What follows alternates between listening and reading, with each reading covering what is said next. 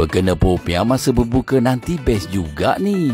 Jomlah kita singgah di gerai popiah Bazar Ramadan Jenaris Kajang. Dekat sini ada 2 jenis popiah, satu popiah sirah dan satu lagi popiah basah. Untuk popiah basah 4 pieces RM6, manakala popiah sirah pula 5 pieces RM5. Untuk hari tersebut aku ambil popiah basah. Memang mantap geng. Kuah yang disapu di atasnya tu pedas-pedas manis. Betul lah apa yang dituliskan dekat bannernya tu. Oleh kerana pedas-pedas manis inilah yang menjadi ketagih untuk kita makan lagi. Nak cari lokasi kedainya ni memang senang. Korang datang je Bazar Ramadan Jenaris ni, gerai yang pertama sekali sebelah kanan. Kiranya dari jauh pun nampak lah kan. Bagi aku lah kan, rasanya memang sedap. Boleh lah kalau nak repeat lagi tu. Yang berdekatan, apa tunggu lagi geng? Jomlah kita support.